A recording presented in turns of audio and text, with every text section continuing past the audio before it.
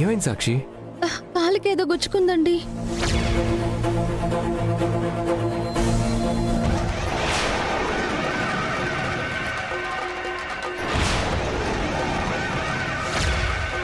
పెళ్లి పుస్తకం మధ్యాహ్నం 1:30 మీ ఈటీవీలో. ఖైదీ నంబర్ 299 తప్పించుకున్నాడు.